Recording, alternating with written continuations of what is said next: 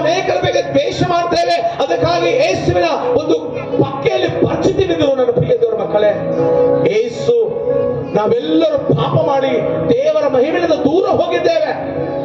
ಬರೀ ಕ್ರೈಸ್ತರಲ್ಲ, ಭೂಲೋಕದಲ್ಲಿ ಜೀವಿಸುವಂತ ನರಮನುಷ್ಯರು ಪ್ರತಿಯೊಬ್ಬನು ಪಾಪದಲ್ಲಿದ್ದಾನೆ, ಕಾಸ್ಟಲ್ಲಿದ್ದಾನೆ, ಕೆಟ್ಟದಲ್ಲಿದ್ದಾನೆ, ಅಂಡರ್ ಕಾಸ್ ಇದ್ದಾನೆ, ಪಾಪದ ಅಧೀನದಲ್ಲಿದ್ದಾನೆ. ಅದಕ್ಕೆ ಅವನಿಗೆ ಮರಣ ಬಿಡ್ತಾ ಇಲ್ಲ, ಮೇಲ್ ಬರ್ಲಿಕ್ಕೆ ಸಹಾಯ ಆಗ್ತಾ ಇಲ್ಲ.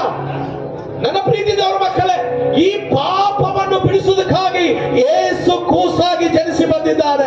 ಪಾಪವನ್ನು ಬಿಡಿಸುವುದಕ್ಕಾಗಿ, ಪಾಪದಿಂದ ಬಿಡಿಸುವುದಕ್ಕಾಗಿ ಯೇಸು ಈ ಲೋಕಕ್ಕೆ ಬಂದಿದ್ದು ಕೇವಲ ನಮಗೆ ಕ್ರೈಸ್ತರಾಗಿ ಮಾಡ್ಲಿಕ್ಕಲ್ಲ. ಯೇಸು ಈ ಲೋಕಕ್ಕೆ ಬಂದಿದ್ದು ನಮ್ಮ ಬಟ್ಟೆಗಳ ಬದಲಾವಣೆ ಮಾಡ್ಲಿಕ್ಕಲ್ಲ.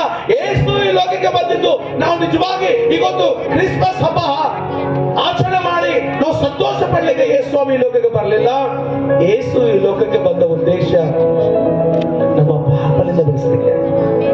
ನನ್ನ ಪ್ರೀತಿ ದೇವರ ಮಕ್ಕಳು, ಭೂಲೋಕದಲ್ಲಿ ಪಾಪ ಬಿಡಿಸುವವರು ಯಾರಿದ್ದಾರೆ? ಪಾಪದ ಬಗ್ಗೆ ನಮಗೆ ಹೇಳೋರು ಯಾರಿದ್ದಾರೆ? ತಂದೆ ತಾಯಿಗಳ ಮಕ್ಕಳಿಗೆ ಹೇಳಿ ತಕ್ಕಾಸ್ ಹೋಗ್ತಾ ಇದ್ದಾರೆ, ಗಂಡನ ಹೆಂಡತಿಯರಿಗೆ ಹೇಳಿ ತಕ್ಕಾಸ್ ಹೋಗ್ತಾ ಇದ್ದಾರೆ.